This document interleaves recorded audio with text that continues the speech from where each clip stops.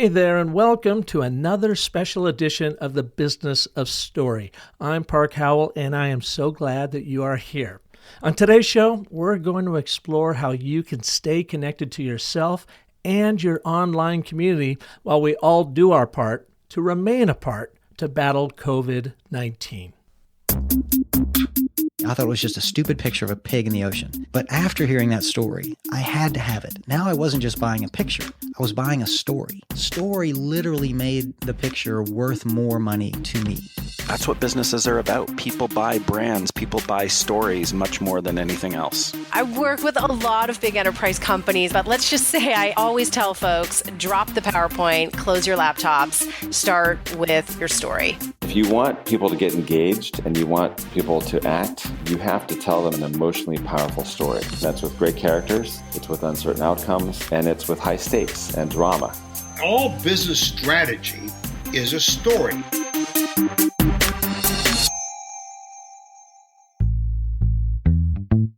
If you're an avid listener of the Business of Story, then you probably know that Joseph Campbell's hero's journey has had a profound impact on me and my life.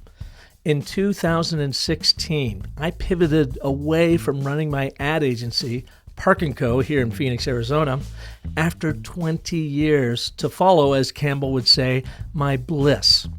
My bliss is about understanding how storytelling can be a uniting force to bring people together. Of course, my focus is on purpose-driven brand storytelling now, and I consult, teach, coach, and speak on it around the world. That's one of the things that following your bliss does for you, according to Campbell, is it opens doors where there were only walls before. Well, I've come to learn that one of the key moments in the hero's journey is about disruption. You know, when your ordinary world as we know it, like we've all been going through right now, our ordinary world leading up to the coronavirus gets turned completely upside down, just like the pandemic has done for all of us. It feels like it almost happened overnight, too. That's the thing. It punches you in the solar plexus to see how you're going to respond. Well, here's the thing. Nothing, and I mean nothing, is going to be the same when we get through this. That is the core property of the hero's journey.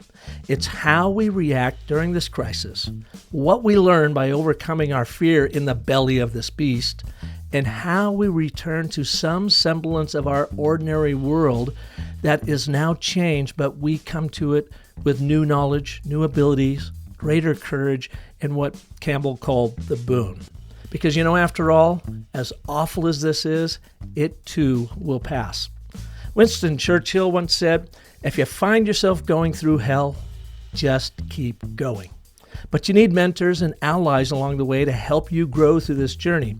And staying connected to your peeps while remaining apart is of primary importance for your own good and well-being.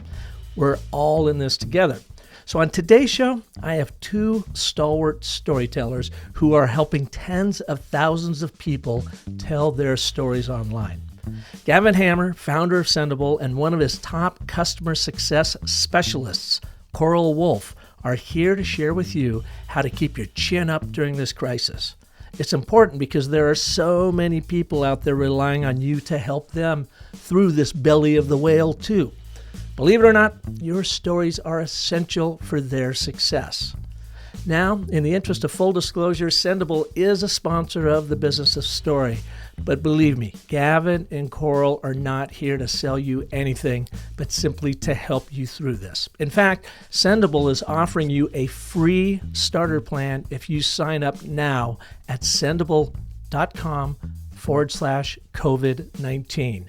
And there are absolutely no strings attached. So check it out, sendible.com/COVID-19.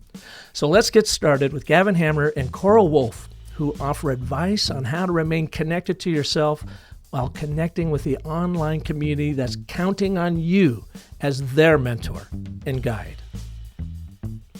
Gavin and Coral, welcome to the show. Thanks for having us. Thank you.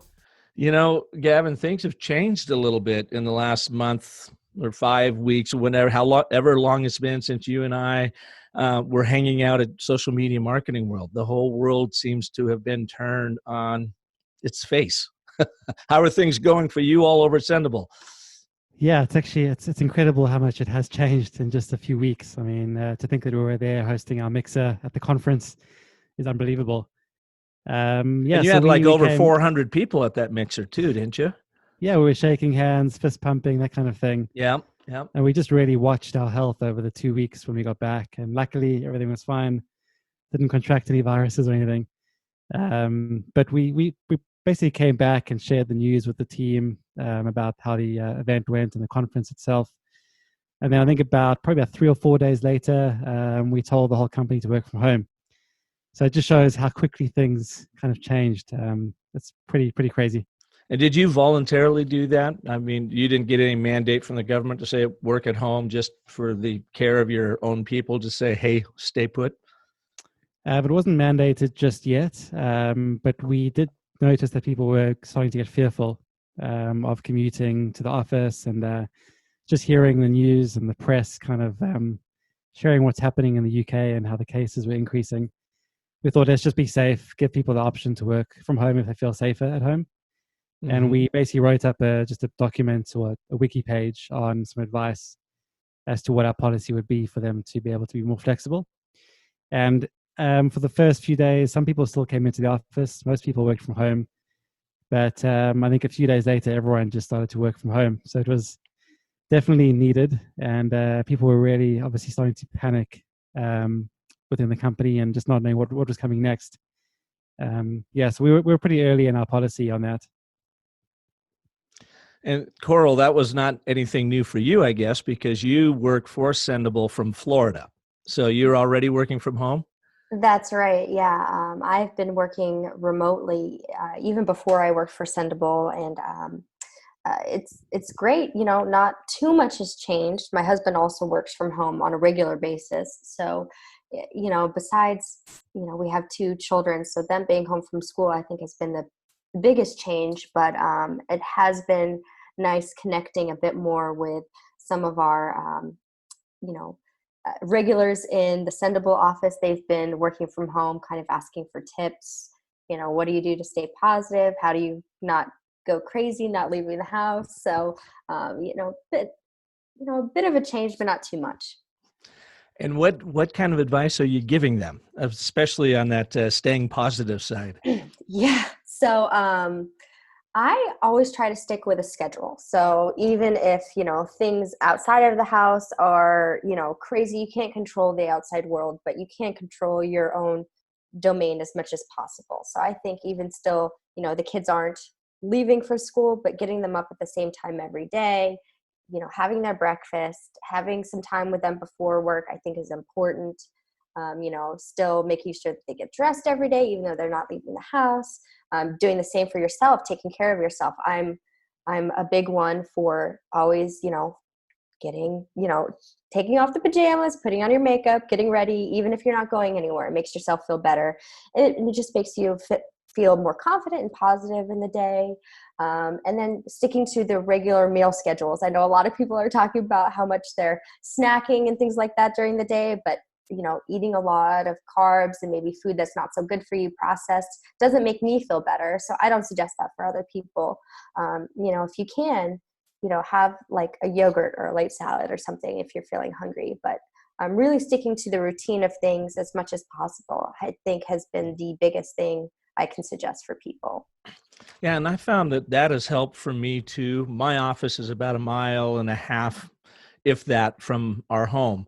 And we own the building here, and a lot of our tenants, pretty much all of our tenants now are all working from home. So it's like nobody is here, and I come in and I do my same exact routine: get up, have coffee, walk the dog, hang out with my wife, we chat, and then I go and shower up and come in. And I just like that routine because it feels like what I was doing before all this went down. And I like the change of scenery too.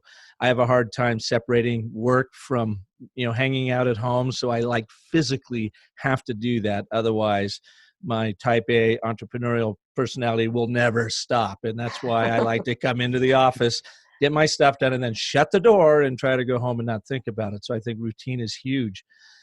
Gavin, how has this impacted Sendible? I mean, you guys before the coronavirus outbreak, I don't know, you had how many, 30,000 plus clients? Do I have that number right? Around the world.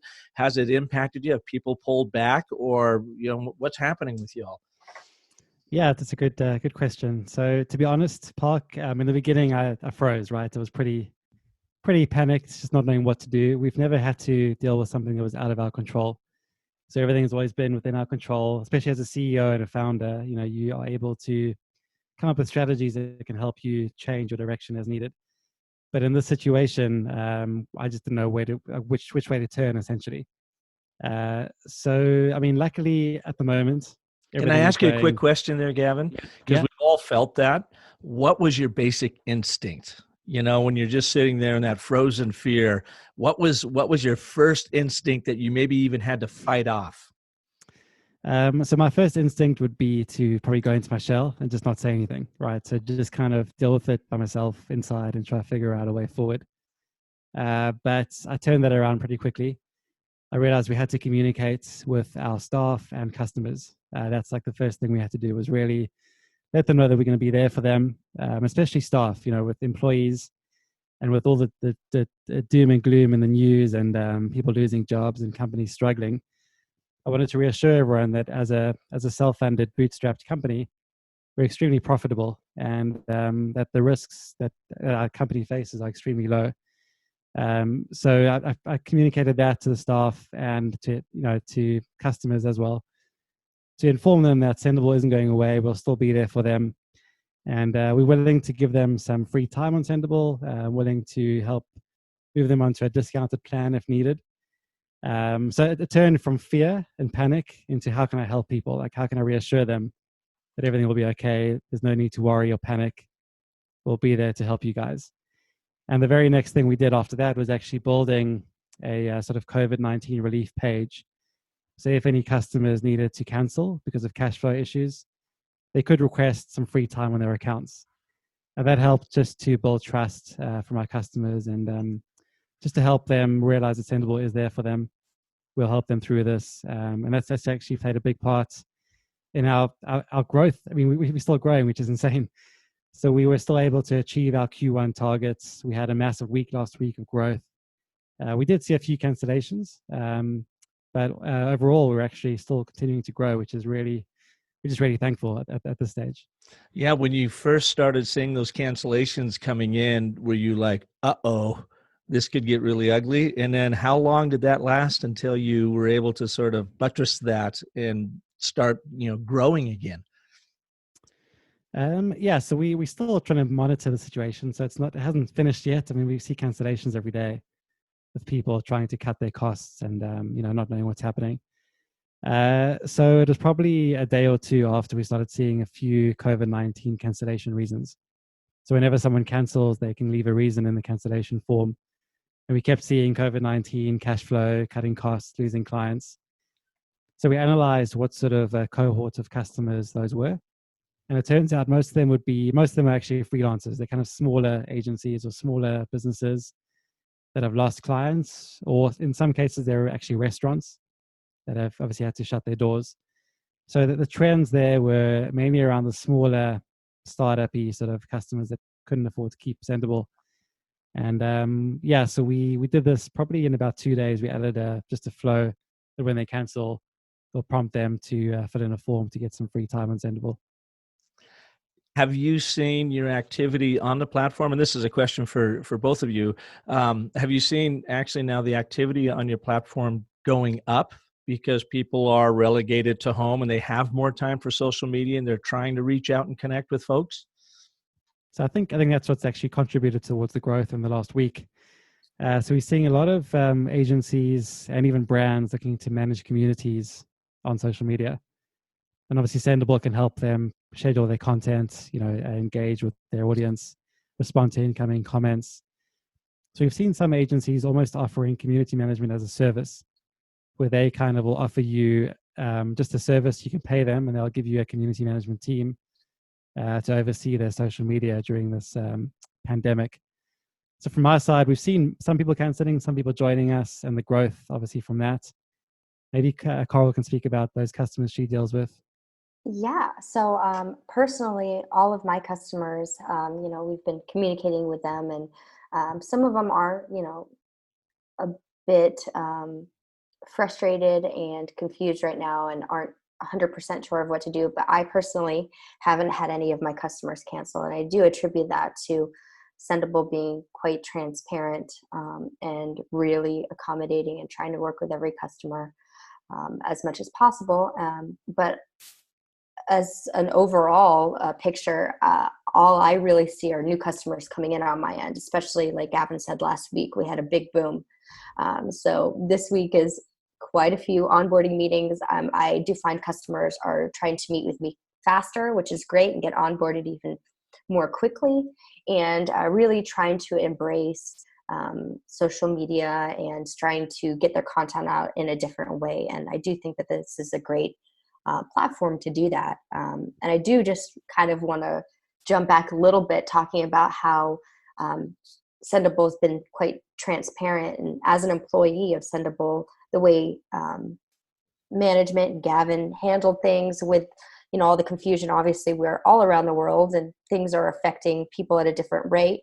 But Gavin has always been very open and honest with us about what's going on. And that did give quite a sense of comfort and just realization that, we are working at a really great company, and to not be stressed and not worried. And that really helps me be able to focus on the customers and be able to help them as much as possible and move that transparency forward and help them as much as I can. So I think if any company can just be as open and honest as they can about where they are, I do think that that's going to help the big picture all around.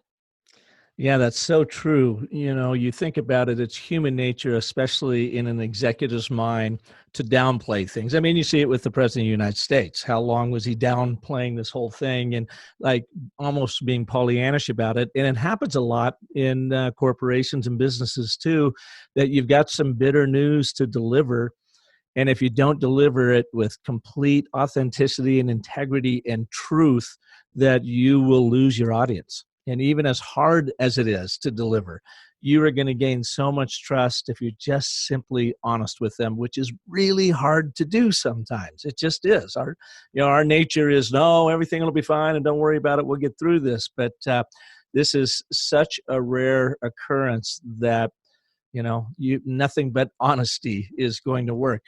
Coral, I want to also ask you, as your customers are signing up or even dealing with some of your other customers, what are the top opportunities that they're seeing right now? What do they feel like they can really do now that maybe even triggered them? Maybe they've been thinking about signing up with Sendible, or maybe they've been thinking about upticking their social media, but it took this major disaster to get them to do it. What are you hearing out there about that?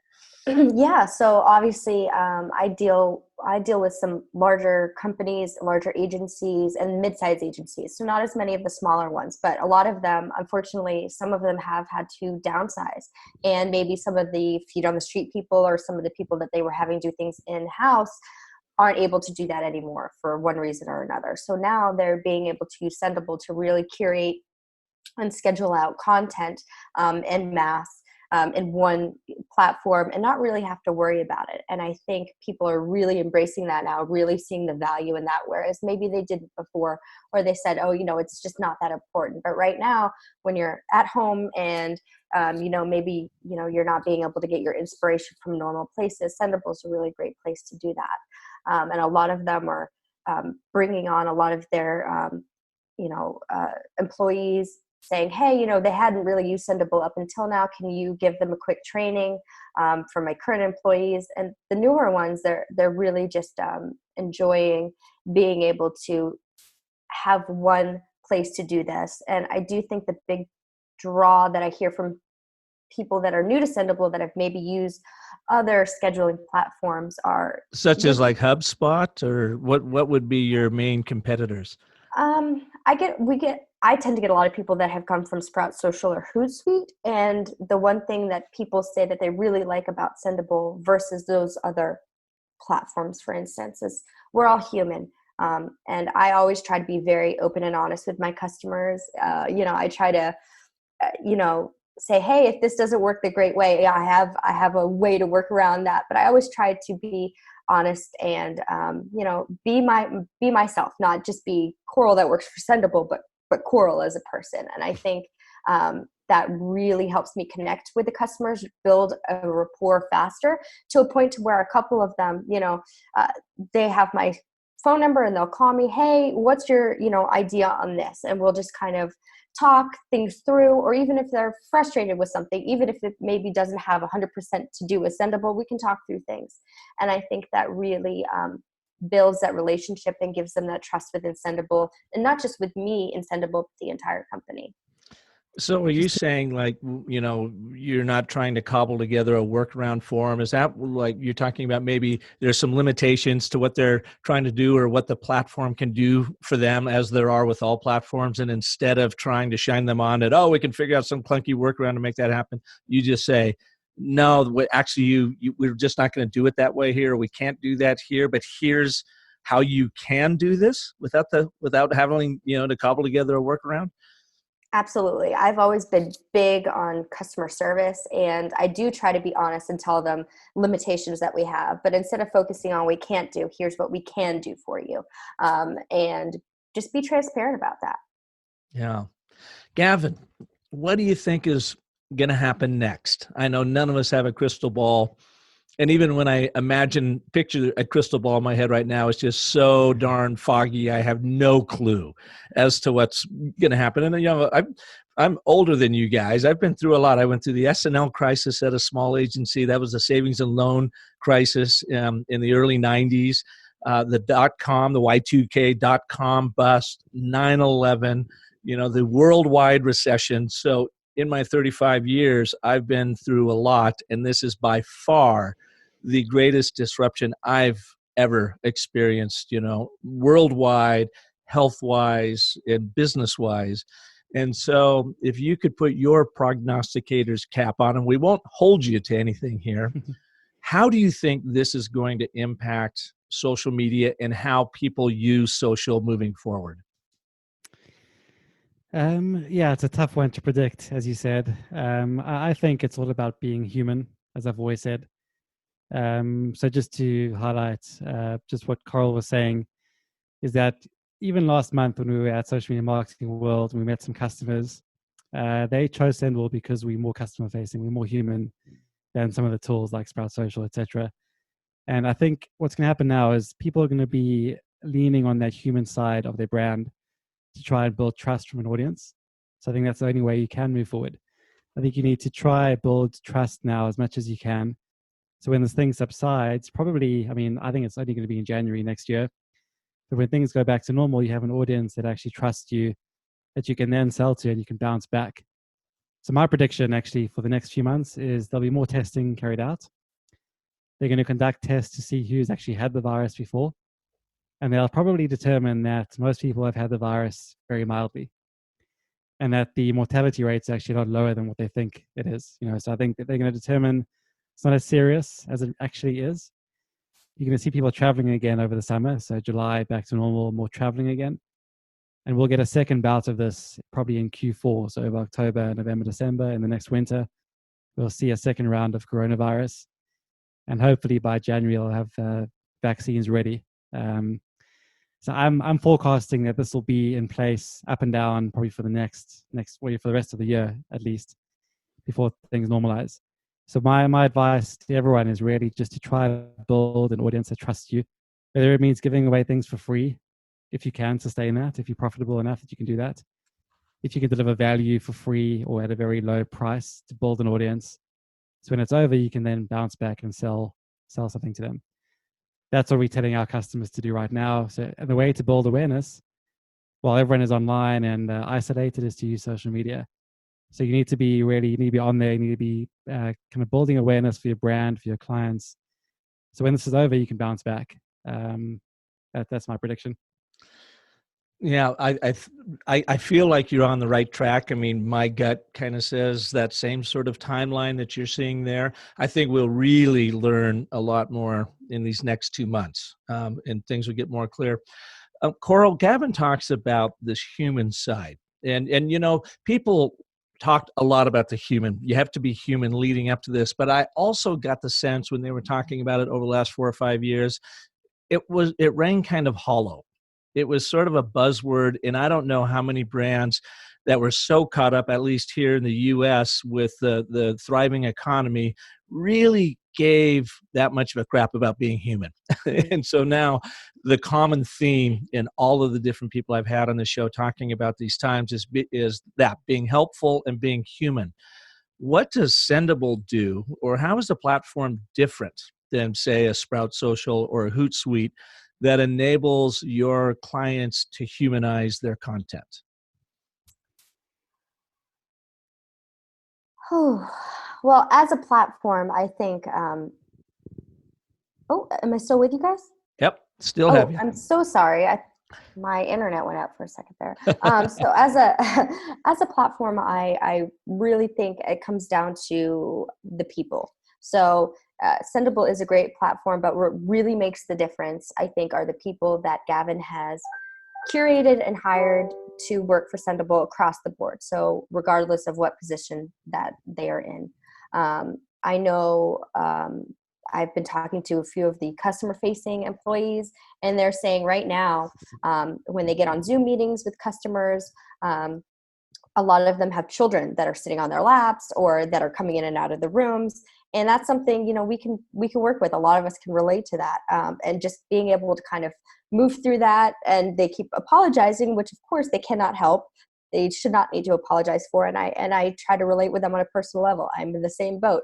I have two at home as well. And I know most people do. So I think if we can just be as understanding as possible, and Sendible's already got a great leg up on that. I think people need to understand that companies and businesses are built of individual people and not just a faceless brand out there. And that's really what's going to make people connect with you as a business. And the faster you can start doing that, I think the better. Yeah. Just so to really, add to what Coral, sorry, Paul, if I could add to what Coral was saying. Absolutely. Just some tactics that we've employed over the years to be a more human company. So we went through a rebrand probably about 18 months ago, where we set some new brand values and new vision and mission. And one of those values was to be transparent and open. So kind of to shift towards that sort of approach, we decided to only use photos of real people. So whether it's on our marketing site and our blog, everything you see that we use is our real employees or real customers. So every blog post we put out has a real photo behind it. The other thing we do is when we let's say we answer a support ticket or a live chat or whatever it is, our support team will record a video, and not just a screen share or not just a screencast of the actual problem and how you solve it, but they'll actually have their face talking the customer through a particular problem. If they're trying to fix something in their Facebook connection or whatever it is, you'll see a real person speaking to you. So it's not a bot; it's a real, authentic employee that works at Sendible that'll help guide you through that problem. So everything we do, every little thing we do adds to that overall being human sort of theme and being transparent. It's not just a quick thing that we can do overnight. It's been years of bringing this into the company as a brand value. So you're modeling that and how you're actually delivering your platform through your people. You're not just paying it lip service like so many do of, got to be human out there, so start pushing it, but you guys are actually delivering on it when you're working mano a mano with your customers. Yeah, so I would say to companies who are looking to introduce this, you really have to start with your values. Take the value and then see what you can change in your behaviors as a company to make it a more human and authentic, company. I think that's been our approach. It was actually a proper strategic sort of initiative that we ran in the company. It wasn't just an overnight thing. We just decided to be more human. We saw this change coming a long time ago. And you've got now an offer to people showing up for the first time to Sendible.com that they can actually try your platform for free for a while to help them get through this crisis. Is that right? Yeah, so we're giving access until July. So free access. Anyone who wants to try Sendible can sign up if they go to sendible.com/COVID-19, and we'll help them get onboarded from whatever platform they're using. And they can have free access until July, until this hopefully subsides and everything is back to normal. But yeah. But they'll get a good sense of the program. So it's just as if they're buying into it. You're offering them free entrance into the program and free advice to get them up and running. Is that right? Yeah, so anyone that signs up to Sendible, we will have, our team will look out for them, and we check every single trialist to see if we can help them. We'll reach out to them in most cases. And as I said, our team is always available. We're going to be improving our support coverage over this time too. So you'll have live chat availability for all customers. So if you need any help with anything, there'll be someone on standby to help you get set up. Yeah, and I would say and encourage any of our listeners out there, if you are interested in trying Sendible and you want to go over and take advantage of this, by all means do. I mean, we've been using Sendible for Business of Story now for the last year and a half, and we absolutely love it. But if you can afford to pay for it too, Gavin has a team of professionals that he needs to keep gainfully employed. So if you don't absolutely positively need to take the free trial, you can also get 30% off their traction plan if you go through sendible.com/park30. So just be cognizant of that as you go in, as well. Sendible, Gavin, Coral, and the rest of the gang will go out of their way to help serve you and your needs. If you've got it in your budget, go ahead and pay for that first subscription, because that's just going to help them help more people who can't afford to do it. So I'd just like to throw that out there. Coral, as we wrap up here, any last thoughts for our listeners on how to overcome the frustration and the fears of what's happening around us, and maybe how to use social to connect, to be able to bring your world a little closer, even though we're all so far apart at this moment? Absolutely. So I think just a few things, stay informed. It's important to get all the information, but also don't overdo it. Turn the news off at some point. And when you are getting information, get it from as many different sources as you possibly can, just so you can make sure you're getting as much accurate information as possible.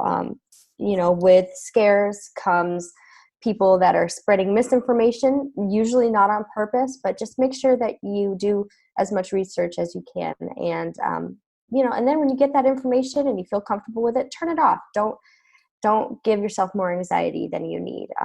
Remember that, you're with your loved ones. And one thing I have my husband and my children do is every morning name something that you are grateful for or thankful for. It really helps put things in perspective.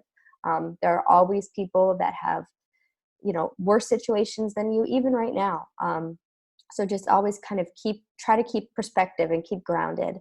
And when you are on social media, just be cognizant of the information that you're sharing. You be yourself. You don't need to try to put on this persona of being somebody else. Be yourself.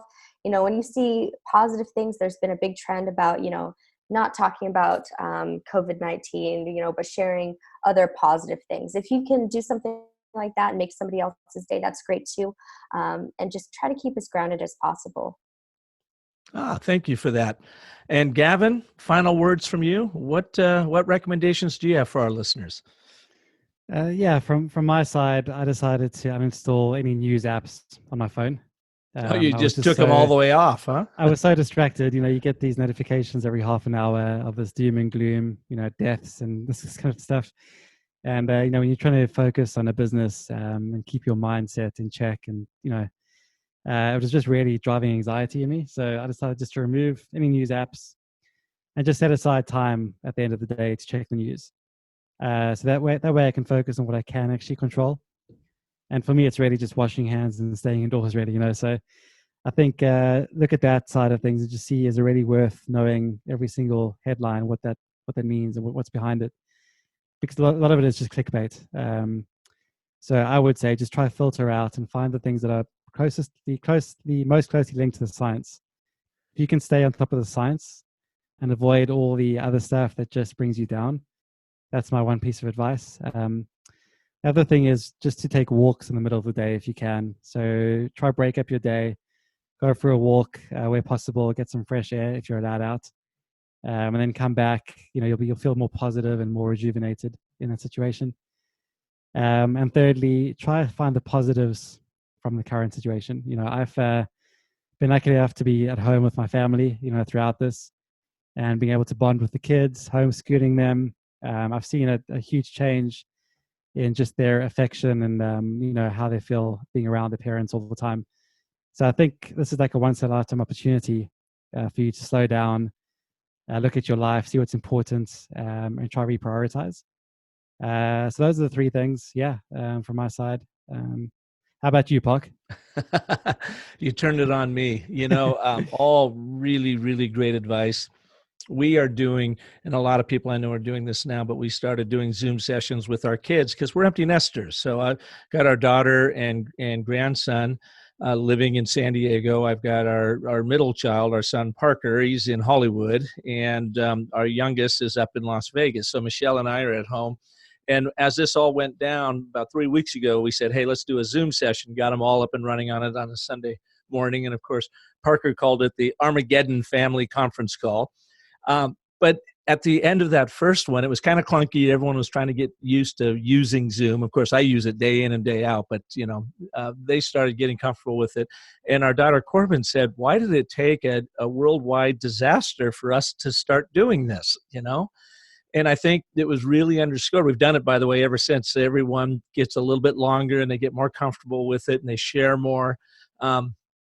And I think it underscores that sometimes, we get so buried and blindsided by our businesses, and we're in the fog of war, and we are working so hard. And especially if the economy is going well, or even when it's not, we, head down and work hard, and we tend to not take a deep breath. I'm certainly guilty of this. Look up and look around. And as both of you have said, be very, very grateful for what you have going on in your life and the people around you, and just simply take that time. So the one major thing I've done, and I was happy to record and have on the show, the woman who started Breathe, which is an app that came out about 5 years ago in meditation, Lynn Goldberg. And I just interviewed her yesterday, but the show hasn't aired yet. The one main thing I've been doing that has really helped me, and I started doing this before this all hit, was meditation. I meditated earlier in my life, probably 5 or 6 years ago, and then I got out of that habit.